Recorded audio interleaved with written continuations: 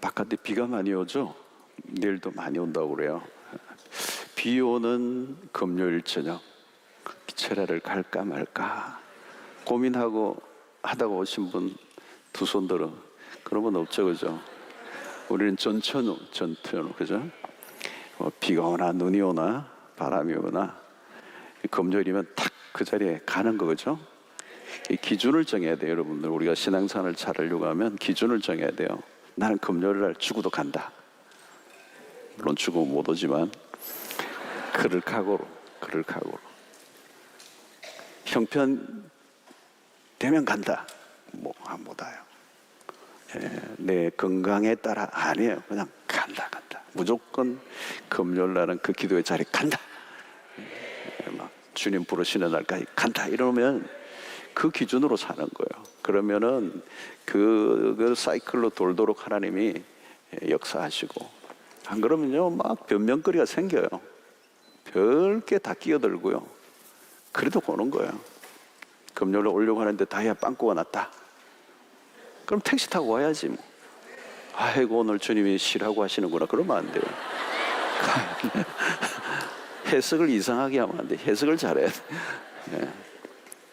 돼. 감기 기운이 좀 있다. 그럼 뭐 감기약 먹고 와야지. 그죠? 코로나 걸렸다. 그러면 오면 안 돼요. 그건 쉬어야 돼. 근데 그냥 뭐 다른 게 있다. 으스스하다. 그럼 뭐 하나 먹고 오는 거예요. 그죠? 몸이 좀 컨디션이 안 좋다. 그러면 오셔야죠. 와가지고 찬양하고 은혜 받고 기도하다 보면 싹 사라지고. 이렇게 기준을 그렇게. 주일날도 그렇죠, 여러분. 주일 중심으로도 돌잖아요. 금요일 철야. 이 두 가지는 꼭 지켜야 돼요. 자, 오늘 말씀을 통해서 우리의 승리의 노래를 부르라 제목입니다.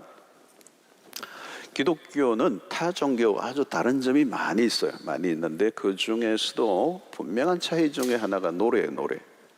찬송입니다. 찬송. 가만히 보십시오. 단연코 많아요. 단연코 노래를 많이 불러요. 그죠? 비교할 수 없어요. 다른 종교가. 이 뭐가 있는 거죠? 이유가 있어요. 이유가. 또 이 찬양이 차지하는 비중이 높은 것입니다. 예배 중에도 찬양이 참 많죠, 여러분. 우리 교회도 굉장히 많습니다.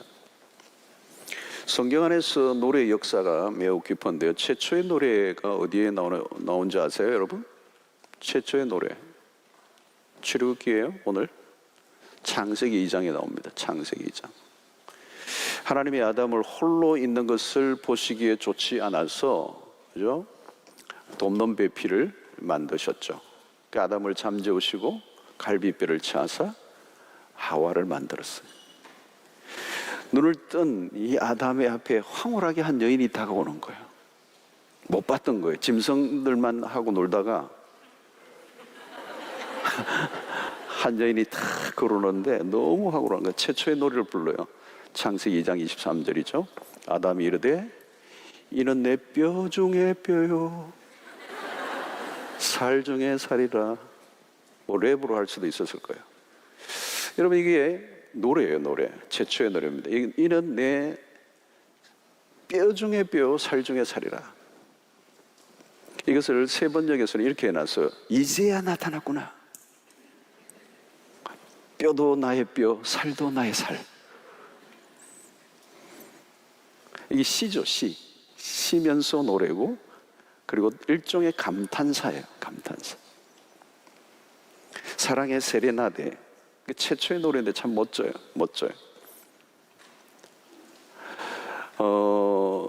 자, 이 노래를 여러분 이렇게 아담이 노래를 불렀지만 사실은 이 노래를 부른 것은 하나님이 아담에게 하와를 주심으로 인하여 일어난 반응이죠. 그래서 이 노래를 주신 분은 사실은 하나님이었어요. 하나님이 그 마음에 노래가 터지게 하신 겁니다. 감탄이 나오게 한 것이죠. 성경에 노래가 많아요. 그래서 창세기 2장부터 시작되지만 요한계시록을 보면 마지막 날 하나님의 백성들이 최종적으로 무엇을 하는가? 노래예요. 계시록 15장 3절을 보면 세상의 마지막 날 하나님의 종 모세의 노래, 어린 양의 노래가 나온다. 그렇죠. 자, 하나님의 종 모세의 노래, 어린 양의 노래를 불러 이르되 주 하나님 곧 전능하신 이시여 하시는 일이 크고 놀라우시도다. 만국의 왕이시여 주의 길이 의롭고 참되시도다. 창세기 시작해서 노래가 나왔는데 마지막 책인 요한계시록에서도 노래입니다. 처음과 끝이 노래야. 에덴에서 노래를 불렀다면 마지막 천국에서도 노래. 장차 천국에 가면 가장 많이 할 게 뭔가 아마 찬송일 것입니다. 연습 많이 하세요. 음치는 회복되기를 바라고요. 자, 에베소서 5장 19절에도 보면 시와 찬송과 신령한 노래들로 서로 화답하며 너희의 마음으로 주께 노래하며 찬송하며. 자, 그 앞에 18절이 성령의 충만을 받으라는 말씀 다음에 나오는 겁니다. 성령의 충만을 받고 그 다음에 뭐예요? 예배예요. 근데 예배 안에 시와 찬송과 신령한 노래들이 핵심입니다. 우리의 신앙에서 찬송은 매우 중요한 부분입니다. 초대교회도 마찬가지예요. 어디에서든지 그들은 찬송을 했다는 거죠. 그리스도인들은 우리가 모일 때 마다 찬양을 할 뿐만 아니고 장례식마저도 찬송을 부릅니다. 장례식에도. 그렇죠? 자, 우리는 모이면 찬송을 합니다. 찬송이 살아있는 공동체의 특징입니다.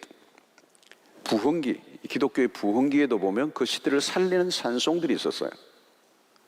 그리고 그 찬송이 그 시대를 사실 사람들의 마음을 움직인 거죠. 그래서 개인의 신앙도 가만히 보면 그 안에 찬송이 어떻게 또 얼마나 불리어졌는가에 따라 결정이 되는 것입니다. 자, 오늘 본문은 본격적인 형태를 갖춘 최초의 노래다, 그렇게 볼 수 있습니다. 본격적인 형태를 갖춘 최초의 노래. 자, 우리에게 찬송이 무엇인지를 가르쳐주는 대목입니다. 오늘 본문을 보면 누가 찬송을 할 수 있는가, 어떤 사람이 찬송을 하는가, 그리고 무엇이 찬송인가. 자, 여러분, 세상을 보다 무엇인가를 다 찬양하죠, 그죠? 찬양합니다. 찬양하고 감탄하죠.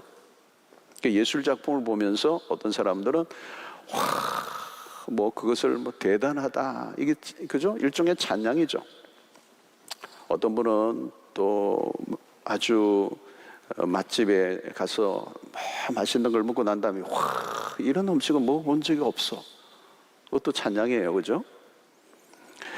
어떤 자기의 감정을 표현하는 것입니다. 자, 오늘 노래들이 그렇죠, 여러분. 세상의 노래들, 사실 메시지들이 있지만 그 메시지들 안에 사실 뭐가 있는 것 같기도 하고 없는 것 같기도 헷갈린 노래들이 많아요. 세상의 노래들. 노래라는 것은 위력이 있기 때문에 사람들의 내면을 건드리고 굉장히 정서에 영향을 많이 미치죠. 그죠? 여러분, 이 음악을 보면 TV나 쇼나 세계적인 우리 BTS도 마찬가지고 그래미 무슨 상 그러죠. 그 음악의 영향이 굉장히 큰 겁니다. 우리 자녀들이 음악을 많이 듣고 있는데 그 음악의 영향을 굉장히 많이 받아요. 그 안에 어떤 메시지들이 있거든요. 그냥 부르는 게 아니에요. 여러분, BTS도 부르는 걸 보면 그 안에 메시지들이 담겨 있어요. 그죠? 거기에 영향을 받는 거죠.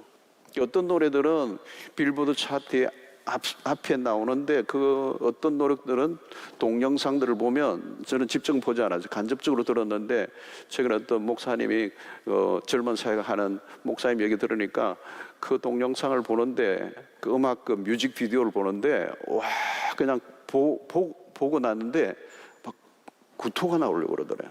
너무 그냥 하드코어예요. 그냥 너무너무 징그럽고 폭력적이고 선정적이고. 이 노래에는 어떤 뇌파를 건드리고 감정을 건드리고 어떤 데는 흥분하게 만들기도 하고 폭력을 조장하기도 하고 어떤 거는 위로도 주고 어떤 것은 감성적으로 이렇게 달래주기도 하고 그러죠. 여러분, 가수들이 어떤 노래를 부르는가에 따라 영향을 많이 받는다는 거예요. 주로 허무한 노래들을 많이 부르는 가수들이 일찍 죽는다는 통계가 있어요. 오래된 사람, 이 연세 든 분들은 아는 가수인데 윤심덕이라는 사람이 있어요. 무슨 노래를 불렀느냐면 사의 찬미예요. 죽음의 찬미예요. 그 노래 부르고 스스로 목숨을 끊었어요. 윤심도 듣지 마세요. 들어가서. 차중락이라는 가수 있어요. 이 나이가 드신 분 다 알아요. 차중락이라는 가수. 낙엽 따라 가버린 사랑을 불렀어요. 낙엽 따라 가버린 사랑. 29세에 요절했어요. 배호라는 가수 마지막 입새를 부르고 죽었어요. 마지막 입새. 참 희한하죠, 가사가. 마지막. 김정호라는 가수, 내가 연구를 많이 했습니다. 김정호라는 가수가 있어요. 간다 간다 나는 간다예요. 이게 마지막 곡이에요. 33세에 갔어요. 김성재라는 가수가 있는데요. 마지막 노래를 들려줘. 마지막 노래를 들어줘. 이 곡을 부르고 인생을 끝냈어요. 유명한 김광석 씨. 전체적으로 어두운 곡을 많이 불러요. 애조, 아주 애잔해요. 32세로 자기 집에서 안타깝게 삶을 끝냈습니다. 유작이라고 할 수 있는 서른점에, 그죠? 서른점에 그 후반 가사 그래요. 조금씩 잊혀져 간다. 머물러 있는 사랑인 줄 알았는데 또 하루 멀어져 간다. 매일 이별하며 살고 있구나. 매일 이별하며 살고 있구나. 여러분, 이것은 가수만 그런 게 아니고 그 어떤 가수를 좋아하고 어떤 노래를 좋아하느냐에 따라 그 영향이 그 사람에게 나타난다는 거예요. 그 시대에 그러면 그 노래를 들어보면 알 수 있다는 겁니다. 노래는 그 사람의 내면을 표현하는 것입니다. 교회도 이러면 교회도 주일날 아침에 어두운 단조풍의 노래를 부르기보다 활발하고 힘있는 찬양을 부르는 게 필요해요. 신자가 평소에 많이 부르는 노래는 곧 자신의 신앙의 상태를 나타내는 것입니다. 자, 우리는 무엇을 노래해야 되는가? 오늘 1절을 보면 이때에, 그래서 이때에 모세와 이스라엘 자손이 이 노래로 여호와께 노래하니 일러스되 내가 여호와를 찬송하리니 그런 높고 영화로우시며 말과 그 탄자를 바다에 던지셨음이로다. 자, 이때에는 뭐예요, 여러분? 이때에 모세와 이스라엘 자손이 함께 노래를 했어요. 자, 본문의 노래를 우리는 모세의 노래라고 그래요. 모세의 노래. 자, 이들이 어떻게 노래를 부르게 됐는가? 자, 오늘 이 25장 이때에는 뭘까요, 여러분? 바로 14장과 연결되는 것이죠. 14장에 무슨 일이 일어났습니까? 홍해 사건이 일어났어요. 이스라엘 역사 속의 가장 상징적인 구원의 사건입니다. 이 홍해 사건. 여러분, 홍해가 갈라지기 전의 상황이 어떤 거예요? 가장 절망적인 상황입니다. 가장 절망적인 상황에서 구원으로 인도하신 사건이 홍해예요. 앞에는 홍해요. 바로 뒤에는 바로의 군대가 쫓아오던 가장 절망적인 상황 속에 하나님께서 홍해를 가르셨다는 거예요. 이런 절묘한 사건. 그래서 이 홍해 사건은 반전의 역사죠. 애굽의 바로의 군대를 물리치고 홍해를 가르고 건너게 하신 사건. 그래서 1절에 이때라는 말은 14장의 위대한 사건 이후에 이어지고 있음을 말하고 있습니다. 자, 이 말은 뭘까요? 여러분, 이스라엘 백성들이 이제야 하나님이 누구인가를 알았다는 거죠. 하나님을 경험하고 난 다음에 노래가 나왔다는 거예요. 하나님이 누구이신지를 경험하고 난 다음에 찬양이 터져 나왔다는 거예요. 여러분, 하나님의 은혜를 경험한 것이 중요합니다. 눈앞에 펼쳐진 믿을 수 없는 일들을 그들은 눈으로 직접 목격한 것이죠. 하나님이 행하시는 크고 놀라운 일들로 인하여 찬송이 터져 나온 것입니다. 다시 말하면 찬송할 수밖에 없었던 상황. 그 찬양의 대상이 누구입니까? 바로 하나님이시라는 것. 여러분, 아무나 찬양하고 싶다고 찬양이 되는 것은 아닙니다. 하나님을 아는 자가 찬양을 하는 것입니다.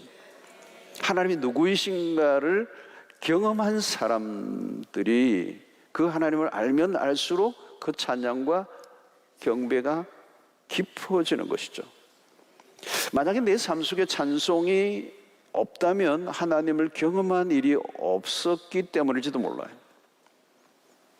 특별히 2절을 보십시오. 여호와는 나의 힘이요 노래시며 나의 구원이시로다.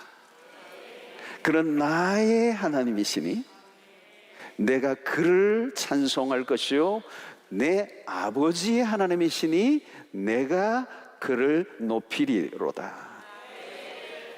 여러분, 여기에 눈에 띄는 게 뭐예요? 나의 힘이시요 나의 구원이시로다. 내가 그를. 여러분, 무엇을 느끼는 겁니까? 누가 노래하는 겁니까? 머리로만 알던 그런 하나님이 아니요 직접 경험한 하나님이라. 여호와는 나의 힘이시라는 거, 나의 노래요 나의 구원이요. 여러분, 추상적으로 하나님을 아는 사람은 찬송이 나오지 않습니다. 여러분, 사랑을 해본 사람만이 아는 감정이 있죠. 예수를 아는 사람만이 아는 감탄이 있어요. 여러분, 아트 갤러리에 가서 명작을 보는데 어떤 사람은 그냥 뭔지 몰라요. 요즘 특별히 뭐 이런 추상적인 그림들은 무슨 그림인지 몰라요. 피카소 그림이 뭐 나도 그릴 것 같잖아요. 막 이래 해놓은 거예요. 그게 뭔지 모르는 거예요. 그 그림을 이해하는 사람은, 제가 아는 어떤 화가도 그냥 이렇게 담백한 원색을 그려놓은 거예요. 제 방에 그 카피한 본 걸 하나 걸어놨는데요. 뭐 그냥 진짜 나도 그릴 것 같아.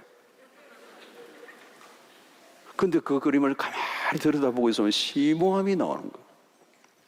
스티브 잡스가 그 그림을 보고 놀라운 영감을 받아서 심플한 그 자신의 그 모든 자기의 그 애플을 만들어가는데 굉장히 중요한 영감을 거기서 받았다는 거예요.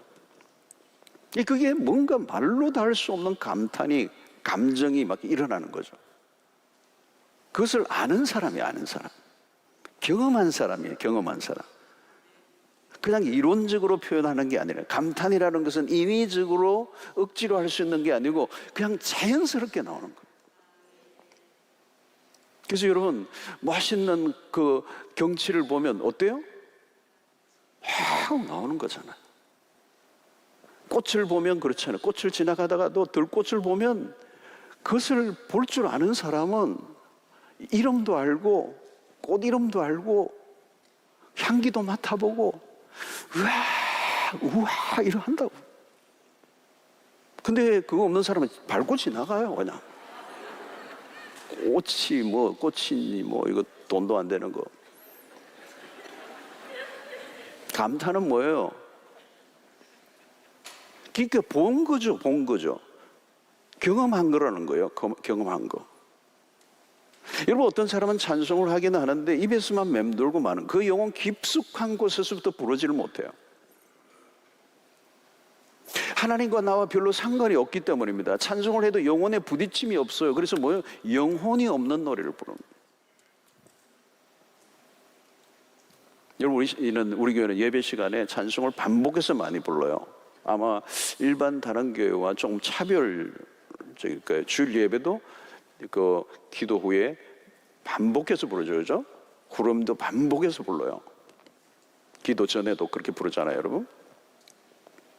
어떤 분들은 그걸 힘들어하는 분들이 계세요. 한 번 부르면 되지 또 부르네. 힘들어하는 거죠.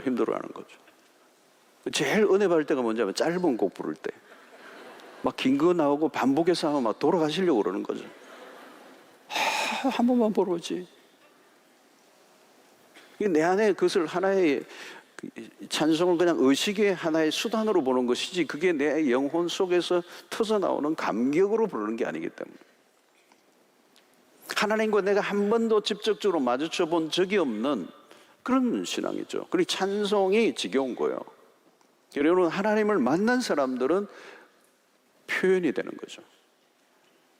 이스라엘 백성들은 지금 너무도 분명히 하나님을 경험하고 있습니다.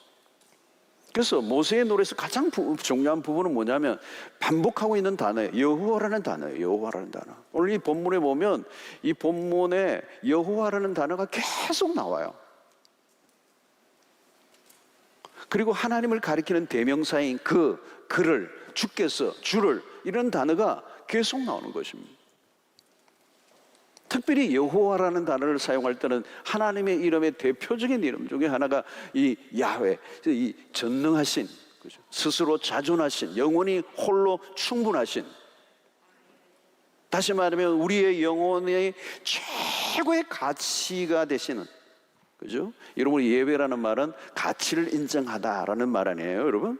하나님을 높여드린다는 말은 하나님이 우리의 최고의 가치가 되신다는 거예요.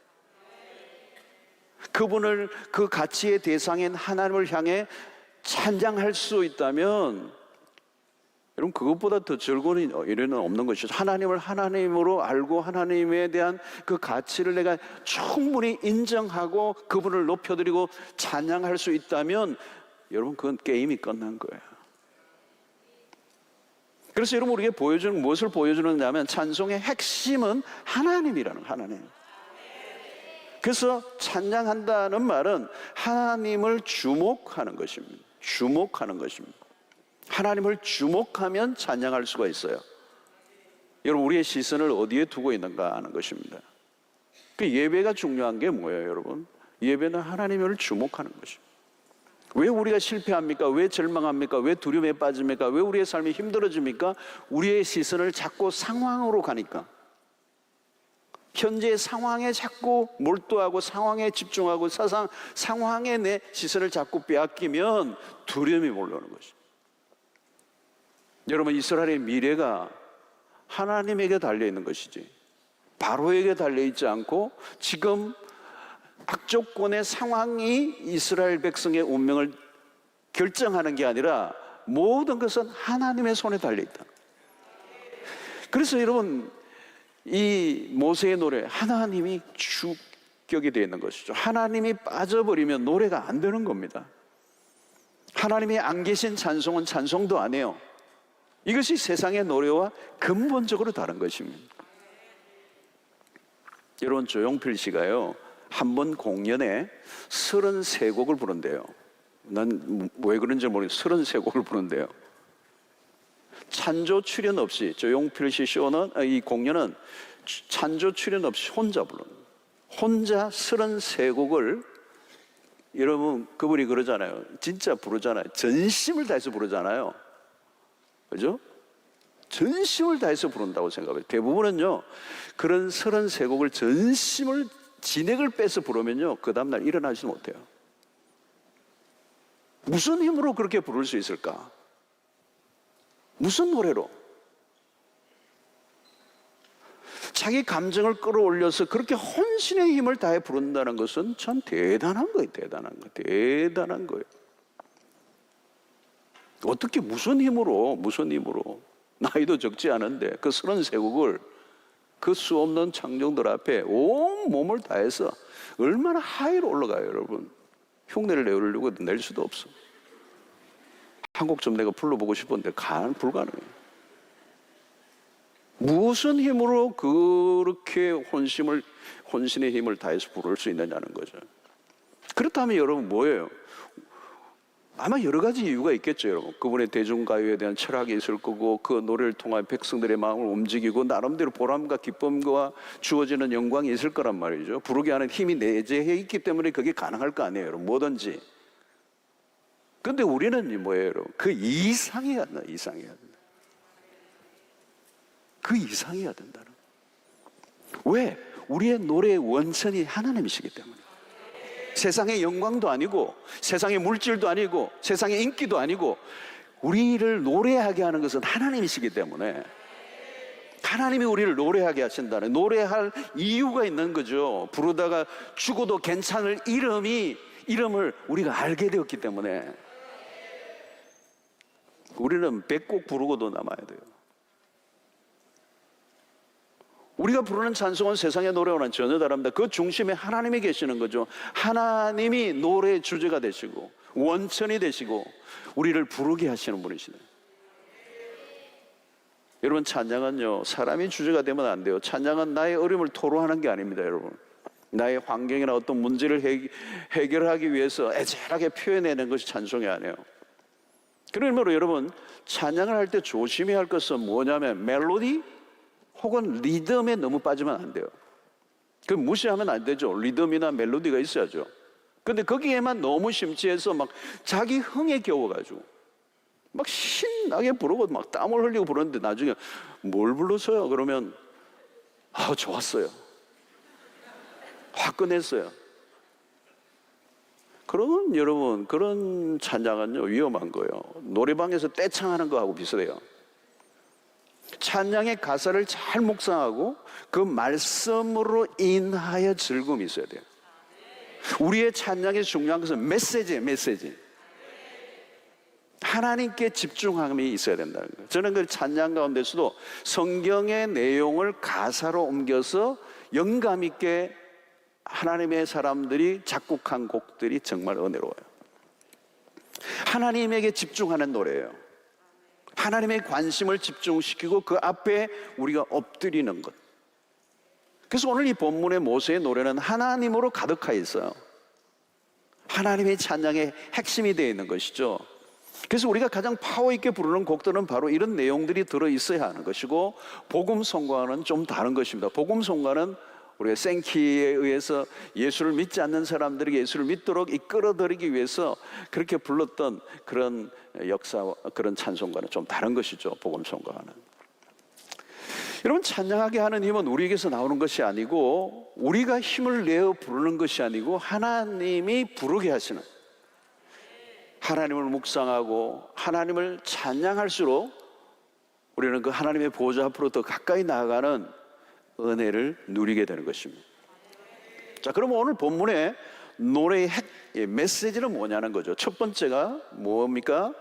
그것은 1절의 말씀이에요. 1절 다시 한번 보겠습니다. 이때 모세와 이스라엘 자손이 이 노래로 여호와께 노래하니 일렀으되 내가 여호와를 찬송하리니 그는 높고 영화로우시며 말과 그 탄자를 바다에 던지셨음이로다. 이 애굽의 군사들을 바다에 수장시키는 얘기를 하고 있습니다.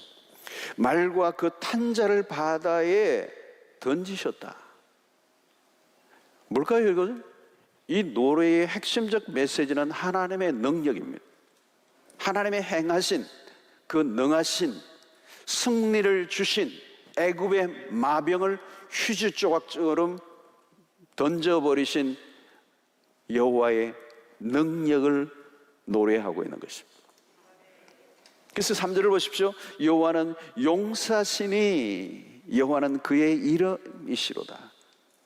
6절 여호와여 주의 오른손이 권능으로 영광을 나타내시니이다. 여호와여 주의 오른손이 원수를 부수니이다. 주의 오른손, 하나님의 권능을 강조하고 있습니다.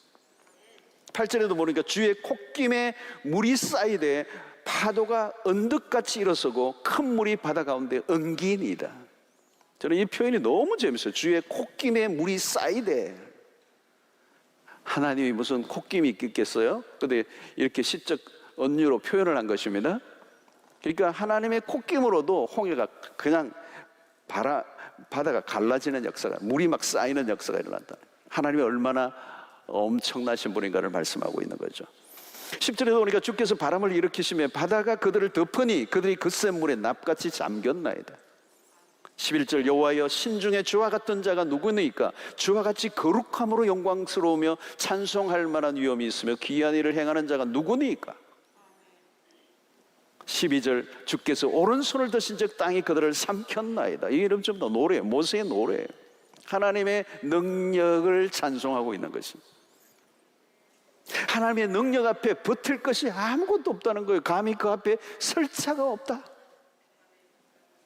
이스라엘의 하나님을 보니까 하나님은 대단한 분이시다.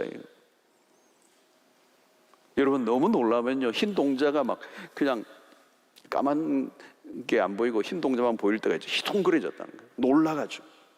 그래서 홍해를 건너온 것에 대해서 그들은 너무도 생생하게 노래로 표현하고 있습니다. 주의 능력 앞에 할 것은 하나밖에 없어요. 하나밖에요. 그 능력을 경험한 사람이 할 수 있는 것 딱 하나밖에 없어요. 찬송하는 거예요. 찬송하는 거예요. 하나님은 위대하십니다. 하나님은 능하신 분이십니다. 하나님의 존재를 알면 알수록 찬송은 더 강해지는 것입니다. 여러분, 기도와 찬송은 연결되어 있어요. 우리가 누구에게 기도하는 것입니까? 전능하신 하나님. 하나님은 능하지 못하신 것이 없다는 것을 믿기 때문에 기도하는 거잖아요. 찬송이 뭡니까? 전능하신 하나님에 대한 반응이에요. 기도도 일종의 찬양입니다. 찬양이 일종의 기도이기도 하고요. 찬양과 기도는 붙어 있는 거예요, 여러분. 기도 가운데 찬양이 포함되는 것입니다. 그리고 무슨 기도를 하든지 기도의 서두에는 하나님을 찬양하죠. 그래서 여러분, 우리가 기도를 배울 때도 기도의 첫 번째 앞부분은 뭘로부터 출발한다고 그러죠? 하나님을 찬양하는 것입니다. 자, 우리는 먼저 급해가지고 오늘 기도할 것, 강구를 먼저 가지고 가는 경우가 많아요. 하나님께, 하나님, 그냥 난데없이 만나자마자 하나님 주세요, 아시지요. 근데 여러분, 그것보다 더 먼저 기도가, 하나님은 전능하신 분이십니다. 하나님은 위대하십니다. 하나님은 능치 못할 일이 없으십니다. 주님의 오른손 권능을 높이 드시나이다. 하나님을 찬양하는 것입니다. 하나님이 얼마나 놀라우신 분이신지. 사실 여러분, 이 기도가 더 중요해요. 이 기도를 제대로 하면요, 하나님이 하나님이시라는 사실을 충분히 믿음으로 인정해드리면요, 그 다음에는 우리의 기도의 제목을 잊어버려요. 사실 끝난 거예요. 하나님이 위대하신 분이시고 그분이 우리의 아버지시고 나의 하나님이시라면 그 다음에 기도하지 않아도 돼요, 사실은. 그래서 하나님의 전능하심을 계속 찬양하는 것입니다. 그리고 사사로운 모든 기도의 제목을 다 잊어버리는 거죠. 사랑하는 성도 여러분, 여러분들은 언제 하나님의 능력을 경험했습니까? 언제 가장 뜨겁게 찬양을 한 적이 있습니까? 찬양은 여러분 감탄이에요, 감탄. 신앙생활은 딴 게 아닙니다, 여러분. 감탄하는 겁니다. 무엇에 대해서? 하나님에 대해서요. 하나님의 행하신 일에 대해서. 그래서 C.S. 루이스는 감탄하다는 말은 깨어있고 현실을 제대로 파악한다는 말이다. 깨어있고 현실을 제대로 파악한다는 말이다. 감탄한다는 말은. 여러분, 하나님은 항상 그런 칭송을 받으셔야 할 대상이라는 사실을 알고 있는 사람, 하나님이 누구이신가를 놓친 사람은 찬송을 할 수가 없어요. 여러분, 하나님에 대한 경탄이 뭡니까? 와우, 하나님은 참으로 하나님이시네요. 이스라엘 홍해 사건을 통하여 이스라엘 백성들은 구체적으로 하나님을 경험한 것이죠. 하나님은 당신의 능력을 가끔 드러내시는 분이 아니에요. 홍해 사건만으로 끝나지 않았어요. 광야에서도 계속 기적의 연속이었어요. 하나님의 능력이 아니면 이스라엘 백성들은 한순간도 살 수가 없었어요. 그 능력을 경험했던 거죠. 계시록 19장 6절에 보니까 내가 들으니 흐다 무리의 음성과도 같고 많은 물소리와도 같고 큰 우레소리와도 같은 소리로 이르되 할렐루야, 주 우리 하나님 곧 전능하신 이가 통치하시도다 그랬어요. 여러분, 하나님의 전능하심을 노래하는 것입니다. 오늘도 모든 것이 하나님의 능하신 손 아래서 움직여지고 있음을 믿기 때문에 우리는 그분을 찬양하는 것입니다. 그분에게는 능치 못할 일이 없음, 올마이티, 전능하신 하나님, 그 애굽의 군대를 수장시키고 납같이 깔아앉게 하시고 그 물들을 일으키사 엉기게 하시고 벽을 만드신 그 하나님은 우리의 하나님이십니다. 이 하나님을 경험하면 할수록 우리의 찬양은 더 강해지는 것입니다. 그것이 우리의 노래의 이유요, 우리를 노래하게 만드는 힘이 전능하신 그 하나님, 그것을 경험하고 그 하나님을 목격한 그 하나님의 하나님이심을 깨달은 자가 입에서 뭐예요? 탄성이 터지고 감탄이 터지고, 그게 노래요, 그게 찬송인 것입니다. 저는 여러분들의 삶 속에 이 하나님을 날마다 경험하고 그 경험한 하나님의 백성다운 찬양이 여러분들에게서 끊임없이 터지는 역사가 있게 되기를 축원합니다. 그 노래의 두 번째는, 그들의 노래의 두 번째는 뭐예요, 여러분? 메시지는 하나님의 구원이에요. 구원의 하나님이에요. 2절을 보면 여호와는 나의 힘이요 노래시며 나의 구원이시로다. 구원이시로다.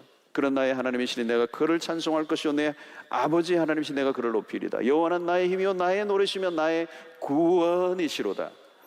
13절을 보면 주의 인자하심으로 주께서 구속하신 백성을 인도하시되 주의 힘으로 그들을 주의 거룩한 처소에 들어가게 하시나이다. 주께서 구속하신 백성을 인도하신다. 구원의 하나님이에요. 자, 여러분, 하나님이 당신의 능력만 보여주시고 끝났다면 아무것도 안 해요.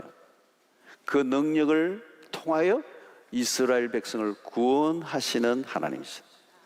능력을 드러내시는 게 목적이 아니고 그 능력을 통하여 그 백성을 구원하시는 게 목표예요. 능력이 목표가 아니에요.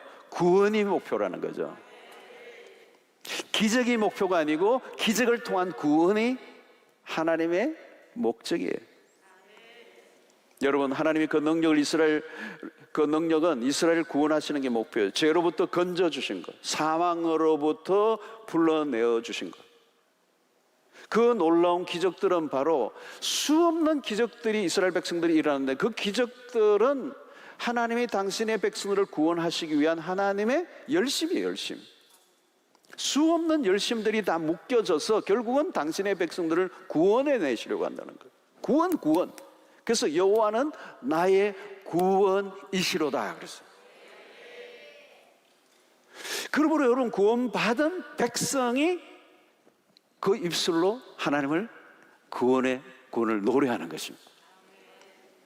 그래서 구원받은 백성들은 다른 사람들이 알지 못하는 감격이 있어요.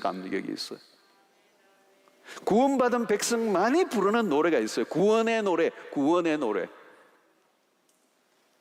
여러분, 가장 큰 감격은 언제 여러분들이 누렸습니까? 암에서 나았을 때요. 나 암에 안 걸려서 모르지만 암에서 나았을 때 그 감격도 대단하겠죠. 완치입니다. 할렐루야. 너무 놀라운 것이죠, 여러분. 그러나 여러분, 그래도 죽습니다. 또 얼마 안 가서 죽어요. 또 아프고 또 코로나 걸리고 병에 나서 나은 것만으로는 부족해요, 여러분. 가장 큰 기적은 구원이라는 거죠. 우리 같은 죄인이 예수 믿고 구원 얻는 것, 기적 중에 기적 아닙니까, 여러분? 여러분, 진짜 전도해 보신 분들은 알지만요, 어떤 사람은 10년, 20년, 30년 가까운 가족, 형제 전도하려고 아무리 해도 안 믿어.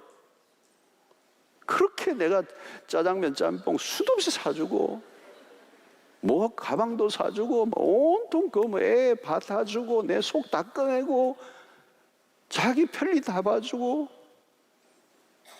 예수 믿게 하려고 그렇게 했는데도 안 믿어요. 여러분, 그걸 보면서 뭘 느낍니까? 믿는 게 그게 마음대로 되는 게 아니라는 거예요. 그렇게 믿기가 어려운데 어떻게 나는 믿게 되었는지, 어떻게 나는 믿어졌는지 신기하고 놀라운 거잖아요. 저는 그것만 생각하면요, 진짜 막 온몸이 전율해요. 저는 우리 집안이 뭐 믿을 수 있는 가능성이라고는 전혀 없는. 어떻게 보면 인간적으로 99.9%의 가능성이 없는 집안이에요.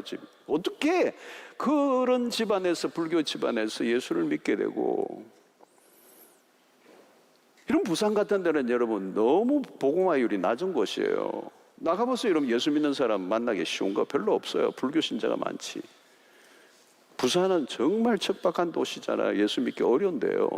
전도지지만 쫙 찢어버리는 동네란 말이죠. 센 동네예요. 센 동네. 근데 여기서 어떻게 우리가 예수를 믿고, 여러분, 우리의 구원이, 그리고 내가 믿고 구원을 얻는 것도 놀라운 거지만 사실은 이 구원을 위해서 하나님이 당신의 구원의 드라마를 연출하시고 우리에게까지 구원에 이르도록 하시는 그 복음의 역사의 경로를 보면, 하나님이 아브라함을 부르시고 그 이스라엘 민족을 태동시키시고 수 없는 하나님의 사람들, 선지자들을 통하여 하나님의 구원의 역사들을 말씀하시고 2000년 전에 그 말씀하신 분이 육신이 돼 우리 가운데 거하시고 유대 땅에 오시고 하나님의 아들을까지 보내셔서 십자가에 매달아 죽게 하시고 사흘 만에 부활하게 하시고 이 모든 구원의 과정, 나를 구원하시기 위하여 하나님의 열심, 하나님의 열심, 그죠? 그게 언제부터요? 창세전부터 당신이 계획하시고 우리를 이 구원의 사건 안으로 불러주신 것은 이 놀라운 섭리란 말이죠. 그래서 우리의 성경의 풀스토리는 구원의 드라마예요. 우리의 구원을 위해서 베푸신 일들이라는 거죠. 마귀의 방해가 얼마나 많고 우리의 죄악과 연약에도 무지에도 불구하고 구원의 자리에 이르게 하셨다는 거예요. 내가 예수를 믿다니, 내가 예수를 믿다니, 내가 하나님의 자녀가 되었다니, 하나님이 우리의 아버지라니, 이제 죽어도 천국이라니, 이것이 나의 간증이요, 이것이 나의 구원이요, 노래요. 그래서 여러분, 찬송가 중에 찬송가에 가장 많이 불려지는 곡이 뭐예요, 여러분? 나 같은 죄인 살리신 주원의 놀라워, Amazing Grace라는 거예요. Amazing이라는, Amazing 표현이 안 되는 거예요, 사실은. Amazing이라는 말은 다시 말하면 한 번 부르고 끝날 노래가 아니에요. 계속 불러야 할 노래라요. 이것을 감출 수가 없는 거죠. 구원받은 사람과 받지 않은 사람은 찬송을 부르는 것에 차이가 나요. 노래에 의해서 차이가 나는 거예요. 그러므로 구원의 노래는 그냥 입술에서 나오는 게 아닙니다. 영혼 깊숙한 곳에서 나오는 거예요. 그 노래에는 감격이 있고 눈물이 있고 표현할 수 없는 환희가 있고 노래를 부르지 않을 수가 없어요. 구원의 노래를 부르지 않을 수가 없다. 사랑하는 성도 여러분, 이 구원의 노래를, 이 구원의 감격이 식어지지 않고 구원의 노래를 계속 부르는 동안에 우리의 신앙은 살아있는 줄로 믿습니다. 자, 여러분, 언제 하나님은 찬송을 받으시는 분입니까? 오늘 여기 보니까 이스라엘이 홍해 앞에 섰을 때가 언제예요? 최고의 위기예요. 클라이막스, 위기의 클라이막스예요. 절망적인 순간, 답이 없어요. 모든 게 막혀 있어. 이제는 죽었구나. 바로 그때예요. 바로 그때. 가장 위기의 순간은 찬송을 받으실 시간이 가까이 왔음을 알리는 신호탄이라는 거예요. 가장 어려운 순간이 왔을 때 하나님은 찬송 받기를 원하셔요. 기다리세요. 여러분 그렇게 생각하세요. 어려운 일이 오면요, 어려움이 막 밀려오면요, 이제 노래를 부를 준비를 해야겠다.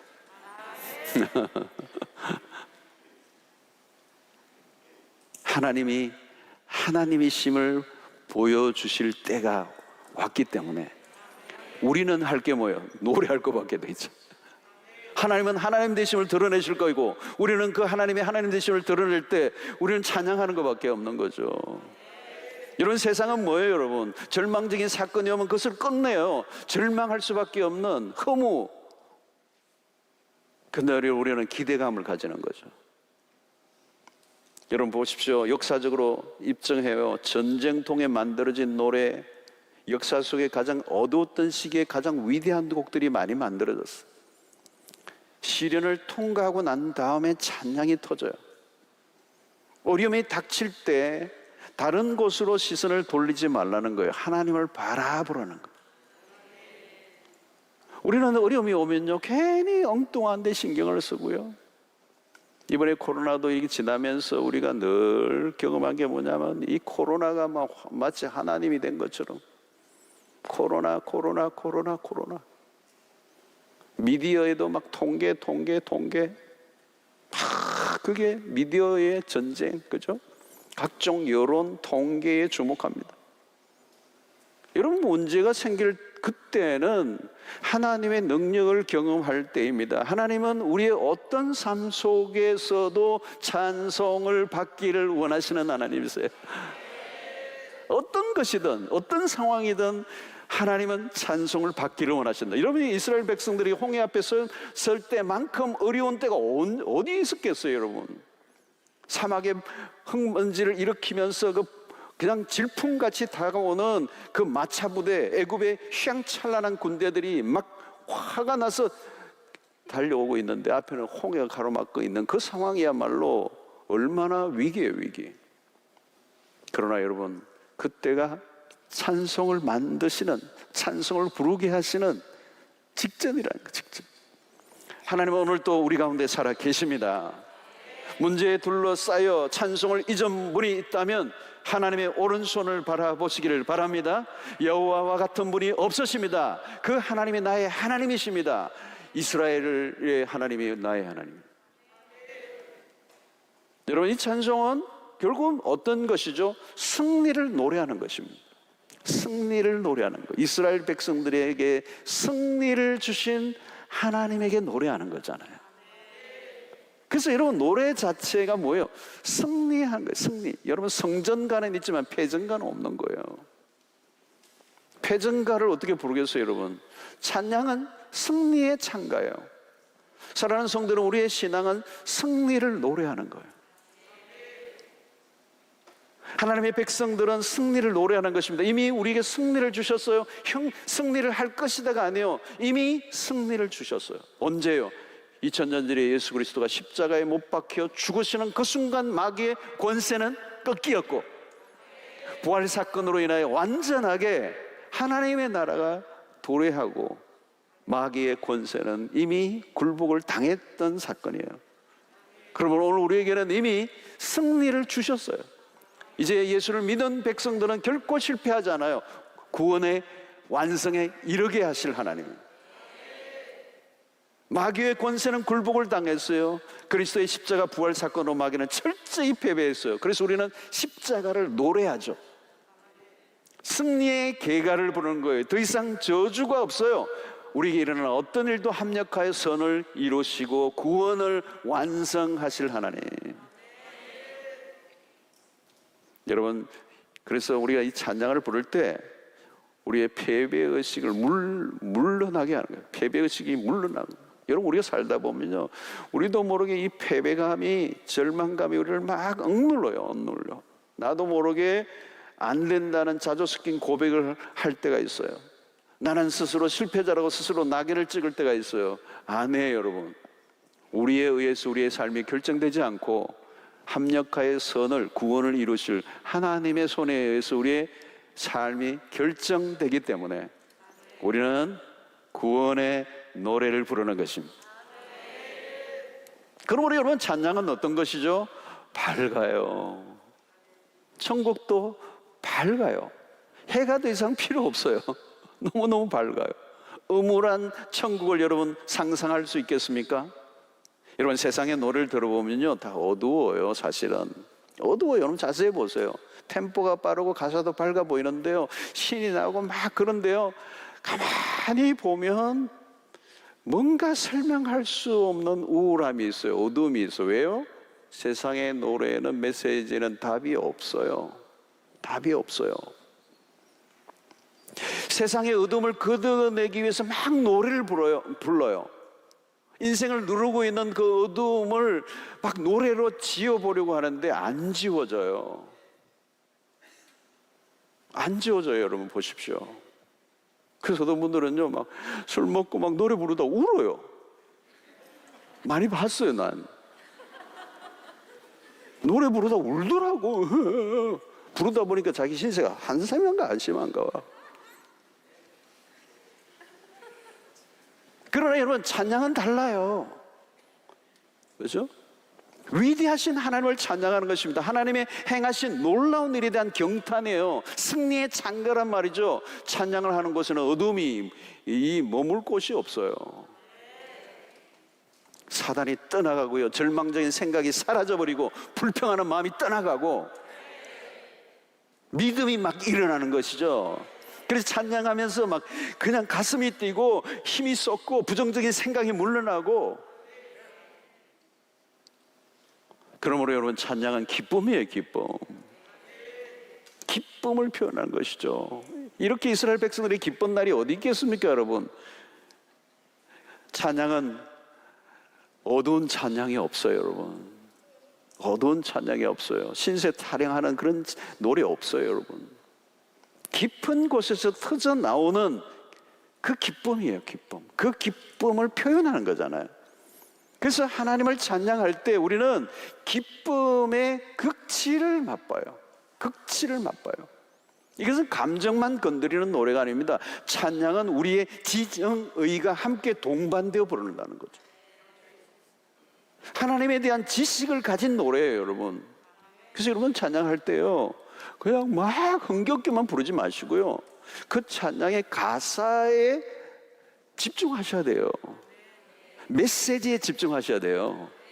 그 가사가 굉장히 중요한 겁니다. 물론 작곡한 사람의 영적 상태, 누가 작곡했는가도 매우 중요하지만 그 가사 내용, 메시지, 그 메시지, 찬양을 부를 때 그 메시지 안에 신앙의 고백이 있고 내 기도가 담겨 있고 내 마음이 표현되어 있는 거죠. 그래서 여러분, 우리 감사함으로 찬양도 있지만 우리 찬송가 있는 찬양들도 여러분 보시면 사실 그 안에 진짜 무궁무진한 게 있어요.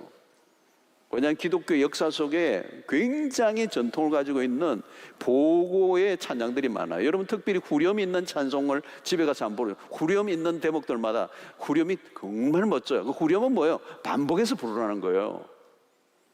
반복의 힘에서 계속 그 가사가 우리 안에 리마인드 되면서 내 안에 믿음을 더 심화시켜 나가는, 확신을 더 주고, 우리 안에 있는 그 모든 그 메시지 자체가 우리가 믿음을 강화시켜 주고 승리를 확신하는 거죠. 확신하는 거. 그래서 여러분, 우리는 이 찬양을 멈추지 말아야 돼요. 그래서 시편 119편 164절에 보면 이런 말씀이 있어요. 주의 의로운 규례들로 말미암아 내가 하루 7번씩 주를 찬양하나이다. 여러분, 하루에 7번씩 찬양하리다. 여러분, 7이라는 표현을 여러분 잘 아시죠, 그죠? 그러니까 7이라는 표현은 그냥 7번의 횟수를 얘기하니까 완전한, 우리 종일토록 주님을 찬양한다는 거예요. 우리의 삶의 이유가 찬양이라는 거예요. 찬양이라는 거예요. 아침에도 찬양,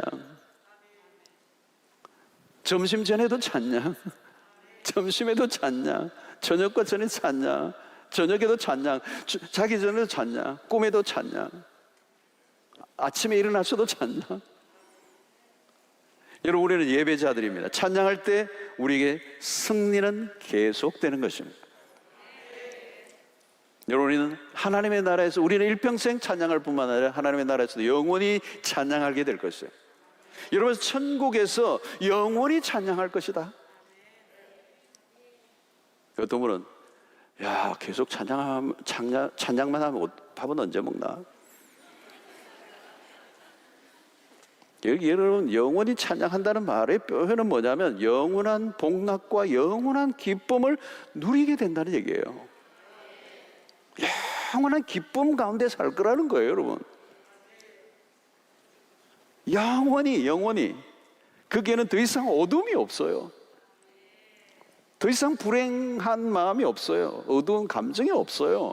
그냥 기쁨의 그 복락을 누리는 삶을 지속하게 될 것이다. 그러니까 이 땅에서도 여러분, 천국을 경험하는 예비적 삶을 살아가는 사람들은 찬양하는 거예요. 찬양. 그래서 찬양하며 살아가는 사람은 하나님과 가장 가까이 있는 사람들이, 그 찬양 속에 말씀이 있고 그 찬양이 기도가 되고, 그리고 그 찬양 가운데 우리의 감탄이 매일 터져 나온다면 누가 우리를 이길 수가 있겠습니까? 어떤 상황이 우리를 짓누를 수가 있겠습니까? 세상을 살다 보면 여러분, 우리의 삶을 짓누르는 게 많아요. 그죠?